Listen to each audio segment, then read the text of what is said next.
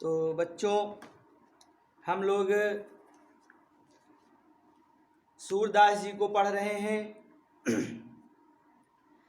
8 पद तक हमने कंप्लीट कर लिया था और आपने होमवर्क भी कंप्लीट किया होगा। अब अगला पद हम आपको पढ़ाते हैं। देखिए, जिन बच्चों के पास बुक नहीं है वो आज तक और वाइट बोर्ड से मदद ले सकते हैं और उसके बाद आप लोग कहीं से भी किसी भी तरीके से बुक की व्यवस्था कर लें। अगर आपको बोर्ड में बोर्ड एग्ज़ाम में अगर अच्छे अंक लाना है तो उसके लिए आपको भी कुछ करना पड़ेगा, ठीक। क्योंकि अब इसके बाद काफ़ी बड़े बड़े पद हैं तो बोर्ड में लिखना संभव नहीं हो पाएगा, तो इसलिए आप लोग क्या करेंगे, बुक की व्यवस्था कर लेंगे, ठीक। तो अब देखते हैं 9वां पद है। ऊधो जाए तुम्हि हम जाने, श्याम तुम्हि हिया कौ नहीं पठयो, तुमहो बीच भुलाने। ब्रज नारिन सो जोग कहत हो, बात कहत न लजाने। बड़े लोग न विवेक तुम्हारे, ऐसे भय अयाने। हम सो कही लई हम सही के, जिय गुण ले सयाने। कह अबला कह दशा दिगंबर, मस्ट करो पहचाने। साच कहो तुम को अपनी सो, बूझती बात निदाने। सूर श्याम जब तुम ही पठायो, तब नए कह मुस्काने, ठीक। अब देखिए, यहाँ पर प्रस्तुत पंक्तियों में कवि ने उद्धव और गोपियों के मध्य जो बातचीत होती है, जो वार्ता होती है, उसके बारे में यहाँ पर सूरदास जी वर्णन कर रहे हैं, ठीक। कैसी बातचीत? जब उद्धव गोपियों को योग साधना की शिक्षा देते हैं, ठीक, तो गोपियाँ किस तरीके से मना करती हैं, किस तरीके से वहाँ पर अपनी विवशता को प्रकट करती हैं, इसको आपने ऊपर पढ़ा। तो उसी चीज को लेकर क्या है, आगे के पद में भी उद्धव और गोपियों के मध्य क्या है, वार्ता हो रही है, तो उसी के बारे में यहाँ पर वर्णन किया गया है, ठीक। उद्धव जाओ तुम ही हम जाने, गोपियाँ कह रही हैं, ठीक, गोपियाँ कह रही हैं कि उद्धव जाइए, हम आपको जान गए, ठीक। आपको जान गए कहने का क्या मतलब है? कहने का मतलब है कि हे उद्धव, हम आपकी चाल जान गए हैं, ठीक। आप हमारे साथ क्या कर रहे हैं, छल कपट कर रहे हैं। कृष्ण ने आपको योग साधना का संदेशा लेकर नहीं भेजा होगा, क्योंकि आप क्या हैं, आप एक ब्रह्म ज्ञानी हैं, एक योग साधना के अधिष्ठाता हैं।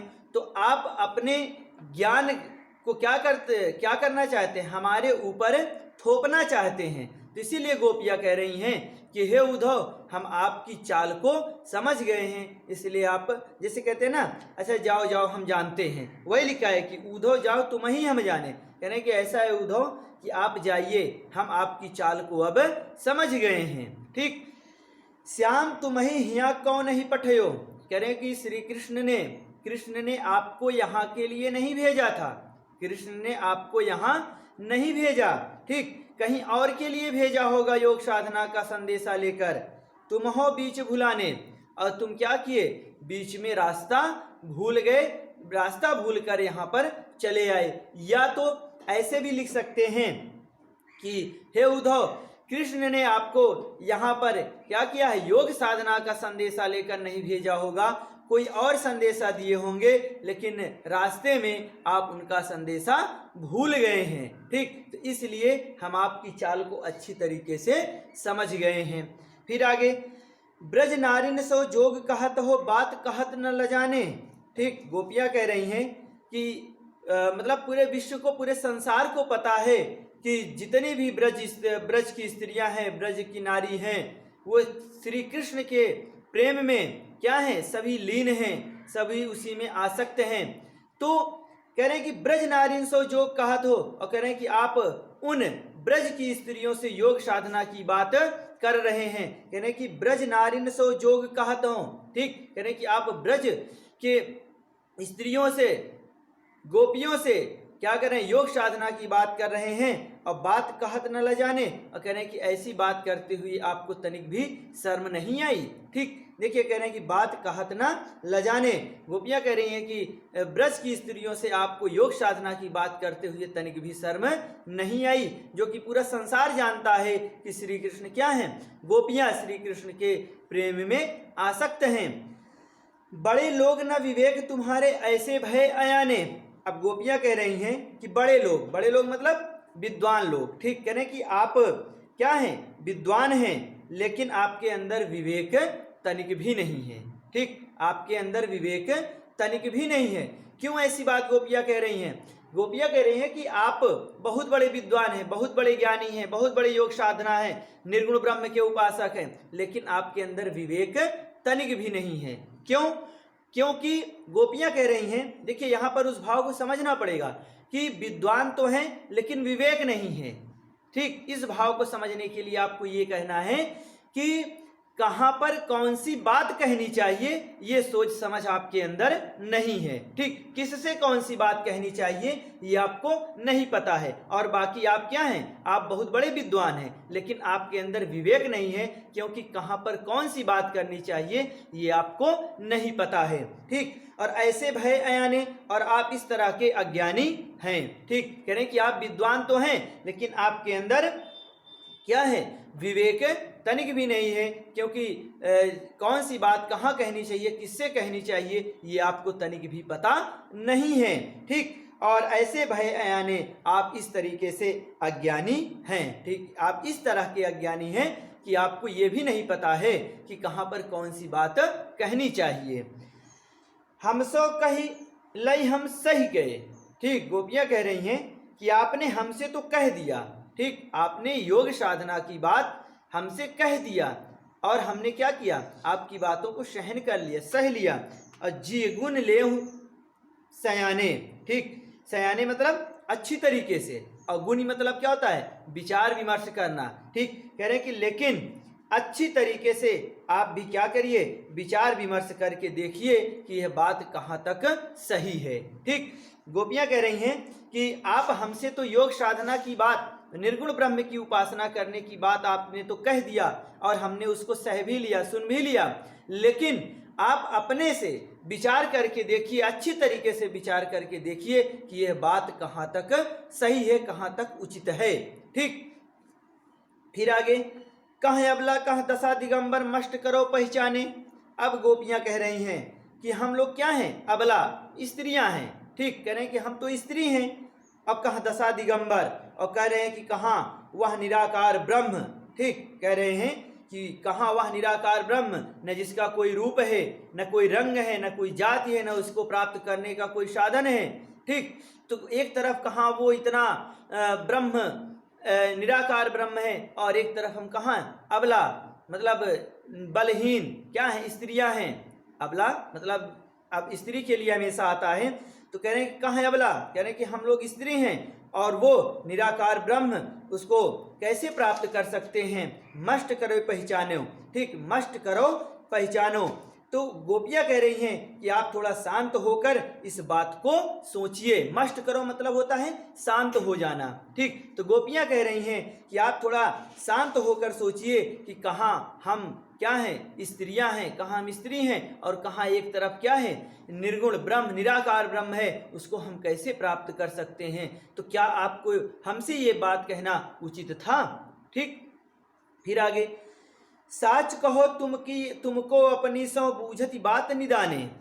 ठीक, गोपियां कह रही हैं कि साच कहो तुमको अपनी सौ, गोपियां कह रही हैं कि हम अपनी कसम देकर पूछते हैं। ठीक, गोपियां कह रही हैं, बूझती मतलब क्या होता है, पूछना। ठीक, और साच मतलब सच सच, साच कहो तुमको अपनी सौ, सौ मतलब कसम। ठीक, गोपियां कह रही हैं कि हम अपनी कसम देकर आपसे अंतिम बार, निदाने मतलब अंतिम बार, पूछते मतलब पूछने के, गोपियां कह रहे हैं कि सच में कि हम क्या कर रहे हैं कि अपनी कसम देकर आपसे अंतिम बार पूछ रहे हैं कि सूर्य श्याम जब तुम ही पठायो तब ने को मुस्काने। गोपियां कह रहे हैं कि जब श्री कृष्ण आपको ये निर्गुण ब्रह्म की उपासना करने का संदेश, योग साधना का संदेश संदेशा लेकर जब आपको हमारे पास भेज रहे थे तो क्या वो तनिक भी मुस्कुराए थे। ठीक, अब यहाँ पर ये भाव ये है कि गोपियाँ ये जानना चाह रही हैं कि अगर मुस्कुराए होंगे तो इसका मतलब क्या है। इसका मतलब ये है यहाँ पर, इसका मतलब यहाँ पर ये होगा कि अगर वो मुस्कुराए थे तो वो आपसे मजाक किए थे। ठीक, और आप उनको समझ नहीं पाए, इसीलिए गोपियाँ कह रही हैं कि सूर्य श्याम जब तुम ही पठायो तब न कहूँ मुस्काने। सूरदास जी के शब्दों में गोपियाँ कह रही हैं कि जब कृष्ण आपको ये योग साधना का संदेशा लेकर हम लोगों के पास भेज रहे थे तो क्या वो तनिक भी मुस्कुराए थे। ठीक, और कहने का भाव यहाँ पर ये अर्थात लिखेंगे कि यदि वे मुस्कुराए रहे होंगे तो इसका मतलब वो आपसे मजाक किए थे और वो योग साधना का संदेशा नहीं भेजे हैं। ठीक, यहाँ पर ये आपका भाव है। और यहाँ पर जो आपका होगा वो वक्रोक्ति क्या है, अलंकार होगा। वक्रोक्ति अलंकार आप लोग को ग्रामर में पढ़ाएंगे, अभी यहाँ पर थोड़ा सा बताना संभव नहीं है, फिर भी थोड़ी सी चर्चा कर लेते हैं। वक्रोक्ति का मतलब होता है कि जैसे कोई सेंटेंस बोला जाए वहाँ पर और उसका मतलब सामने वाला कुछ अर्थ समझे और दूसरा कोई और अर्थ समझे और मैं कोई और अर्थ समझूँ उसका। ठीक ना, जैसे एक बार क्या हुआ था, होली के सीजन में, होली का अवसर था और श्री कृष्ण क्या किए थे, गोपियों के क्या बोलते हैं क्षेत्र में, उनके एरिया में क्या किए, होली खेलने के लिए चले गए। तो गोपियाँ वहाँ पर क्या करती हैं कि श्री कृष्ण को खूब परेशान करती हैं। ठीक, इतना परेशान करती हैं कि गोपियों को लगता है कि अब ये दोबारा होली खेलने यहाँ नहीं आएंगे।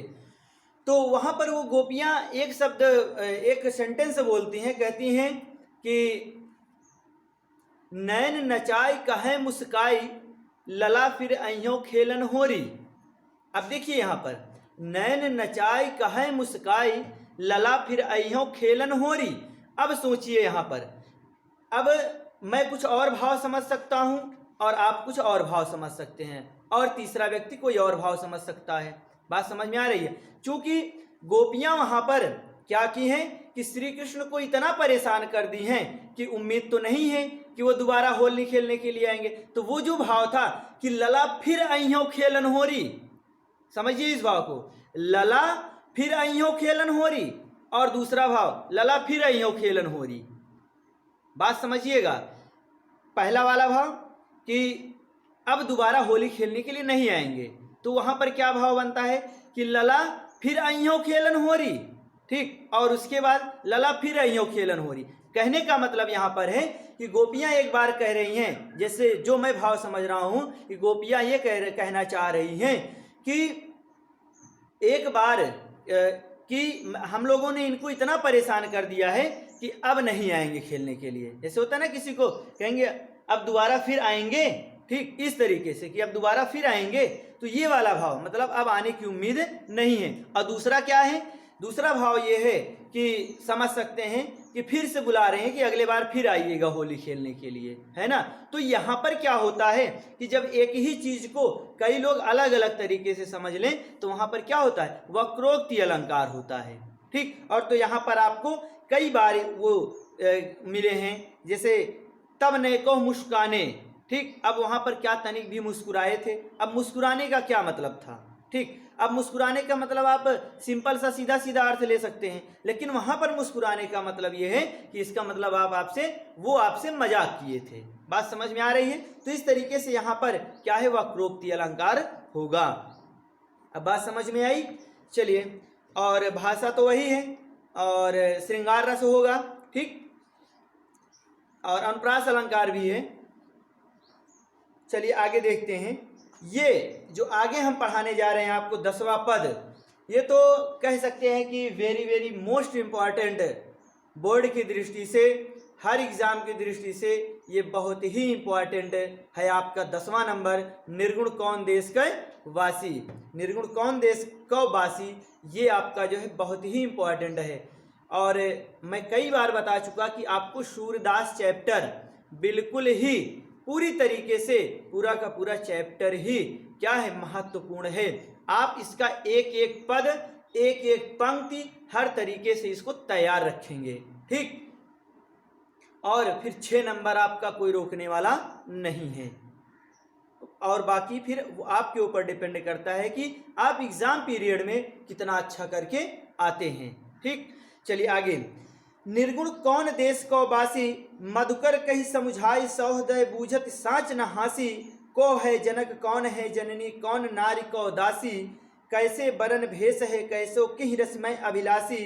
पावो गो पुन कियो आपनो जोरे करोग गांसी। सुनत मौन है रहे बावरे सूर सबय मति नासी, ठीक। अब यहाँ पर क्या है, यहाँ पर कहेंगे प्रसंग जो आपका बनेगा, प्रसंग आप लिखेंगे कि प्रस्तुत पंक्तियों में भक्त कवि सूरदास ये बता रहे हैं कि गोपियां उद्धव से पूछती हैं, उद्धव से उसे निराकार उस निर्गुण ब्रह्म के स्वरूप और व्यक्तित्व के बारे में पूछ रही हैं, ठीक। प्रस्तुत पंक्तियों में गोपियां उद्धव से निर्गुण ब्रह्म के स्वरूप और उसके व्यक्तित्व के बारे में पूछ रही हैं, ठीक। ये आपका क्या है, प्रसंग है। अब कैसे, निर्गुण कौन देश को वासी। गोपियां कह रही हैं कि ए उद्धव, आप जिस निर्गुण ब्रह्म की बात कर रहे हैं, आप जिस निराकार ईश्वर की आराधना करने की बात कर रहे हैं, आखिर वह किस देश का रहने वाला है। कौन देश को वासी, ठीक। कौन देश को वासी मतलब वह, वासी मतलब वासी, वासी मतलब निवास करने वाला, ठीक। और निर्गुण मतलब वह जो निराकार ब्रह्म है, आप जिस निर्गुण ब्रह्म की बात कर रहे हैं, आखिर वह किस देश का रहने वाला है, उसका निवास स्थान कहाँ है, ठीक। फिर आगे, मधुकर कही समझाओ सौहृदय बूझत साच न हासी। गोपियां कह रही हैं, मधुकर किसके लिए आया है। देखिए मधुकर, भ्रमर और ये सब शब्द आता है उद्धव के लिए, ठीक।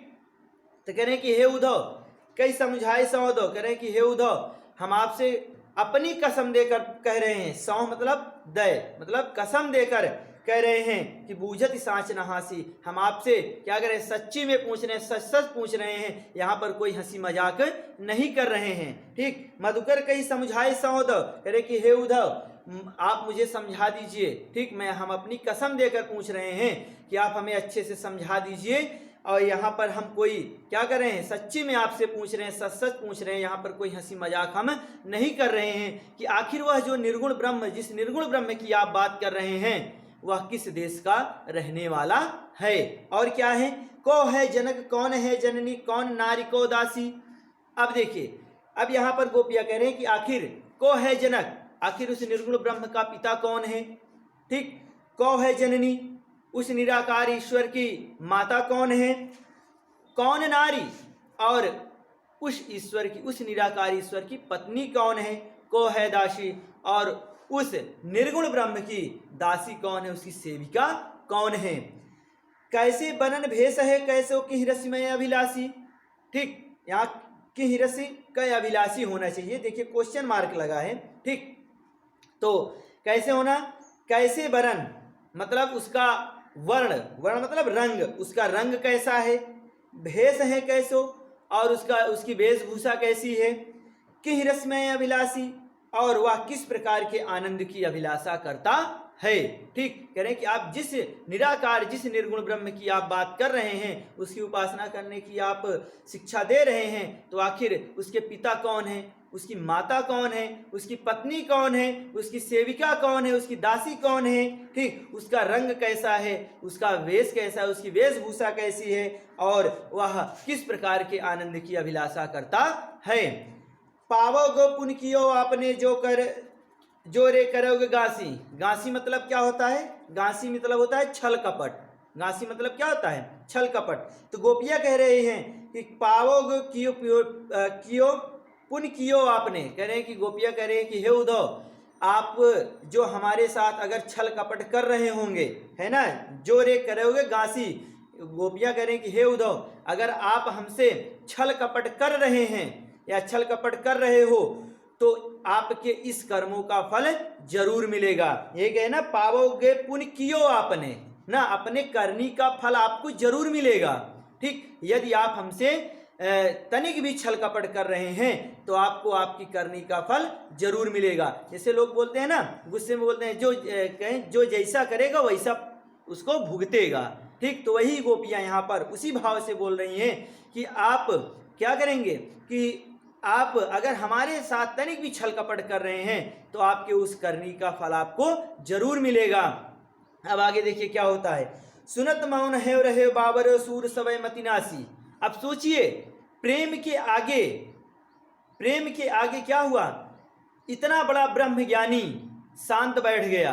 ठीक, कह रहे हैं कि सुनत मौन है रहे बाबरो मतलब पागल सा होकर, कौन, उद्धव। ठीक, सूरदास जी के शब्दों में सूरदास जी कह रहे हैं कि सुनत मौन है रहे बाबरो, कह रहे हैं गोपियों की इस तरीके की बातें सुनकर उद्धव क्या करें, मौन है मतलब बाबरो मतलब बावले होकर चुप हो गए हैं। ठीक, सुनत मौन है रहे बाबरो।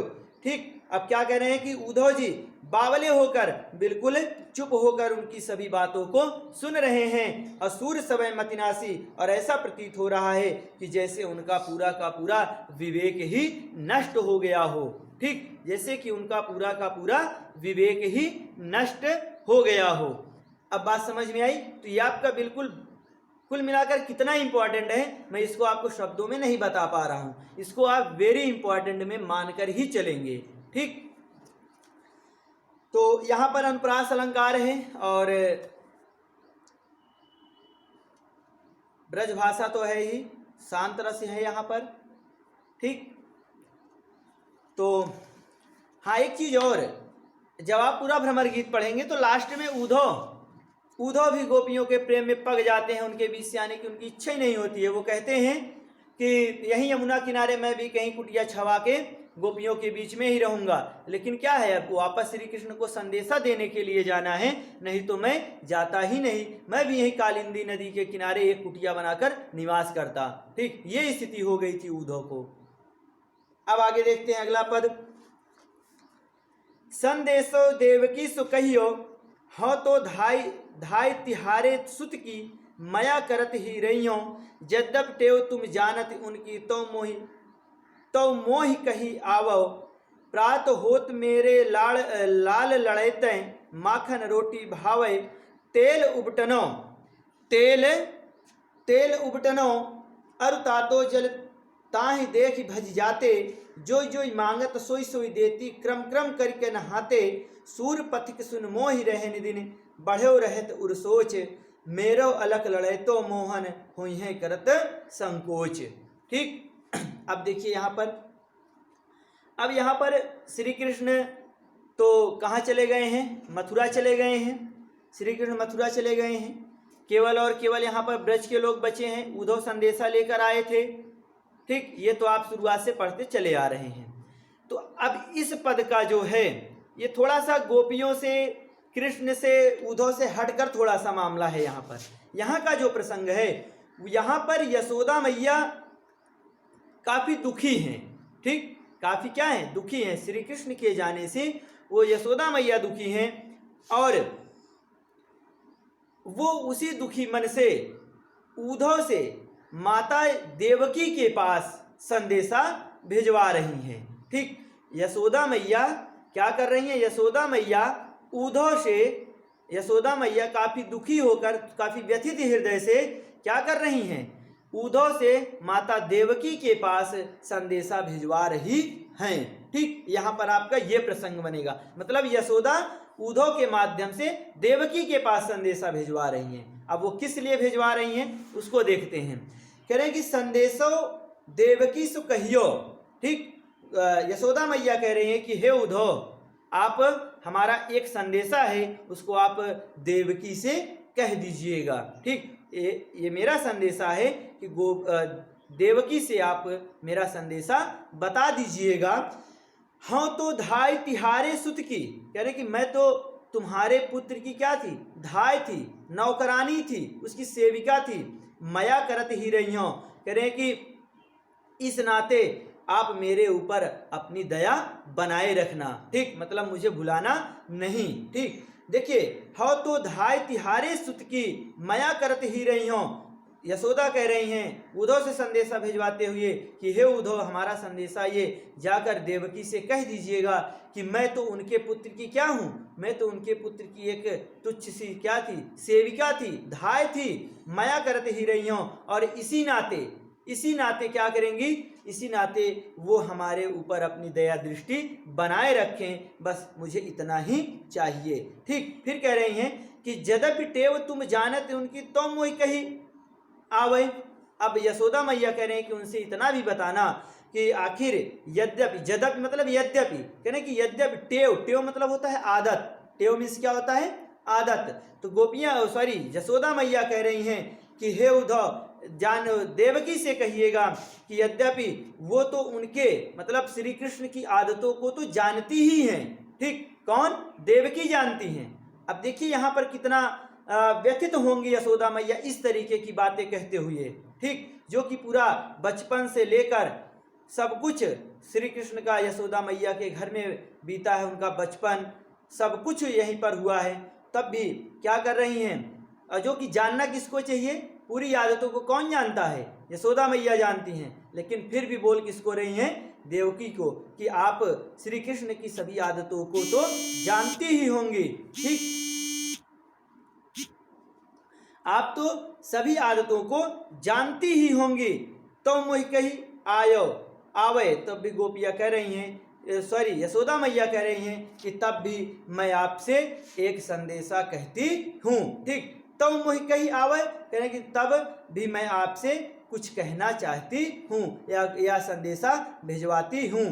क्या है, प्रात होत मेरे लाल लड़ते माखन रोटी भावे। यशोदा मैया कह रही हैं कि जाकर देवकी से ये कह दीजिएगा, जाकर देवकी से ये संदेशा दे दीजिएगा मेरा, कि यद्यपि वो तो सभी आदतों को उनकी जानती हैं, लेकिन फिर भी मैं एक संदेशा भेज रही हूँ कि प्रात होत मेरे लाल लड़ते, मतलब मेरे दुलारे पुत्र को प्रातः काल सुबह ही क्या होता है, माखन रोटी भाव है, उसे माखन रोटी खाना पसंद है। तो इसलिए हे देवकी माता, आप उसकी इन इच्छाओं को, उसकी इस पसंद को जरूर पूरी करना। ठीक, ये चीज यहाँ पर कहा गया है। तेल उपटनो और तातो जल ताहि देखी भजी जाते। ठीक, कह रहे हैं कि तेल उपटनो, कह रहे हैं कि तेल उपटन और तातो जल मतलब गर्म जल। ठीक, कह रहे हैं कि तेल उपटन और गर्म जल ताहि देखी भजी जाते, और उसे देखकर ही क्या होते हैं, भाग जाते थे। कौन, श्री कृष्ण। जब नहाने के लिए तेल उपटन और जल गर्म करके लाया जाता था तो श्री कृष्ण क्या करते हैं, उसको देखकर भाग जाते थे। तो जोई जोई मांगत सोई सोई देती, कह रहे हैं कि और उस समय उनको नहलाने के लिए, उनको मनाने के लिए, ठीक, जो जो वो मांगते थे वह चीज मैं क्या करती थी, उनको लाकर देती थी। और क्रम करके नहाते और धीरे धीरे करके श्री कृष्ण क्या करते थे, मेरा लाल, वो मेरा पुत्र क्या करता था, धीरे धीरे करके स्नान करता था। तो आप इस चीज को भी क्या करिएगा, कह रहे हैं कि ये संदेशा हमारा देवकी के पास पहुंचा दीजिएगा। असुर पथिक सुन मोहि रहने दिन बढ़त रहत उर्सोच। अब यहाँ पर सूरदास जी के शब्दों में यशोदा मैया कह रही हैं कि पथिक सुन, पथिक मतलब कह रहे हैं कि हे उद्धव सुनिए, मोहि रहने दिन, कह रहे हैं कि रात और दिन, कह रहे हैं कि रात और दिन, बढ़त रहत उर्सोच, कह रहे हैं कि इसी बात को लेकर मेरा मन क्या होता है, मैं इसी बात को लेकर हमेशा सोचती रहती हूँ। ठीक, कह रहे हैं कि सूर पथिक सुन मोहि रहने दिन बढ़त रहत उर्सोच। ठीक, यशोदा मैया कह रही हैं कि हे उद्धव, इसी बात को लेकर रात और दिन क्या है कि मैं रात और दिन इसी बात को सोचती रहती हूँ कि मेरे अलग लड़े तो मोहन हुई है करत संकोच। ठीक, कह रहे कि मेरे अलग लड़े तो मोहन, कह रहे कि मेरे अलग मतलब अत्यंत, लड़े तो मतलब दुलारा, कह रहे कि मेरा अत्यंत दुलारा, मोहन मतलब कृष्ण, कह रहे कि मेरा अत्यंत दुलारा कृष्ण हुई है करत संकोच। अब ये सब क्या है, मांगने में वो संकोच करते होंगे। तो कह रहे हे उद्धव, हमारा ये संदेशा भिजवा दीजिएगा देवकी के पास कि क्या करेंगी, वो श्री कृष्ण की इन सभी जरूरतों को पूरा जरूर करेंगी। ठीक, तो यहाँ पर ये आपको अंतिम पद में आपको दिया गया। ठीक, तो आपको समझ में आया। अब यहाँ का जो आपका काव्य सौंदर्य है यहाँ पर काव्य सौंदर्य है आपका, अनुप्रास अलंकार है, पुनरुक्ति प्रकाश भी है। पुनरुक्ति प्रकाश मतलब जैसे जोई जोई सोई सोई है ना, तो यहाँ पर क्या है, पुनरुक्ति प्रकाश है। और वात्सल्य रस है, मतलब बालक के प्रति प्रेम उमड़ रहा है। और माधुर्य गुण है, अभिधा शब्द शक्ति है, ठीक, अभिधा शब्द शक्ति है। तो इस तरीके से आपका क्या हुआ, पहला चैप्टर हाई स्कूल के सिलेबस का हमने पहला चैप्टर आपका कंप्लीट किया, जो आपको संदर्भ सहित व्याख्या करने के लिए आता है। तो वहाँ से हमने क्या किया, सूरदास को समाप्त किया। और सूरदास जी का ये चैप्टर पद आपको जितने भी दिए गए हैं 11 नंबर तक, ये आपको एक एक कंप्लीट होना चाहिए। लेकिन मैं आपको बता रहा हूँ, पहला दूसरा चरण कमल बंदो हरिराई, अभिगत गत कछ कहत ना आवे, और ऊधो मोहि ब्रज विसरत नाही, ऊधो मन न भये 10-20, निर्गुण कौन देश के वासी। ठीक, इतना तो इम्पोर्टेंट में आप रखेंगे ही रखेंगे। तो अब बचा क्या, 3-4 और बचा। तो कहने का मतलब यह है कि तैयारी अपनी पूरी कंप्लीट रखेंगे। ठीक, मतलब इस चैप्टर से इस बार यूपी बोर्ड की एग्जाम में आना ही आना है। ठीक, अब इसके बाद कल अगले वीडियो में आपको हम तुलसीदास शुरू करेंगे, जो आपका धनुष भंग रामचरितमानस से एक छोटा सा टुकड़ा लिया गया है धनुष भंग का, तो हम इसको कंप्लीट करेंगे। और आप लोग सूरदास जी को अच्छी तरीके से बिल्कुल कंप्लीट रखेंगे। ठीक, और जैसे ही मैं यूपी बोर्ड ये हिंदी का सिलेबस कंप्लीट करूंगा पूरा का पूरा, तो आपका टेस्ट भी चलेगा। ठीक, आपका टेस्ट भी चलेगा, चूँकि देखिए आपका 1 महीने में काव्य समाप्त हो जाएगा, और लगभग 15-20 दिन या 1 महीने में आपका क्या हो जाएगा, अनिवार्य संस्कृत भी समाप्त हो जाएगा, और 1 महीने में क्या होगा, गद्य पोर्शन भी समाप्त हो जाएगा, और ग्रामर पोर्शन तो साथ में चलेगा। अभी 5-6 मई से उसको ग्रामर पोर्शन भी चलाएंगे। तो कुल मिलाकर 3-3.5 महीने में आपका पूरा का पूरा सिलेबस कवर हो जाएगा। तो वहाँ से फिर हम क्या करेंगे, टेस्ट कम से कम बोर्ड के एग्जाम देने से पहले कम से कम 25-30 टेस्ट हमें देकर जाना है, कि जहाँ पर भी तनिक भी कमियां होंगी उसे हम क्या करेंगे, पूरा का पूरा उसे कमियों को दूर करके और बोर्ड के एग्जाम देने जाएंगे, ताकि वहाँ पर हम अच्छे मार्क्स प्राप्त कर सकें। ठीक, तो आपका ये सूरदास आज पद समाप्त हुआ। अब कल से तुलसीदास।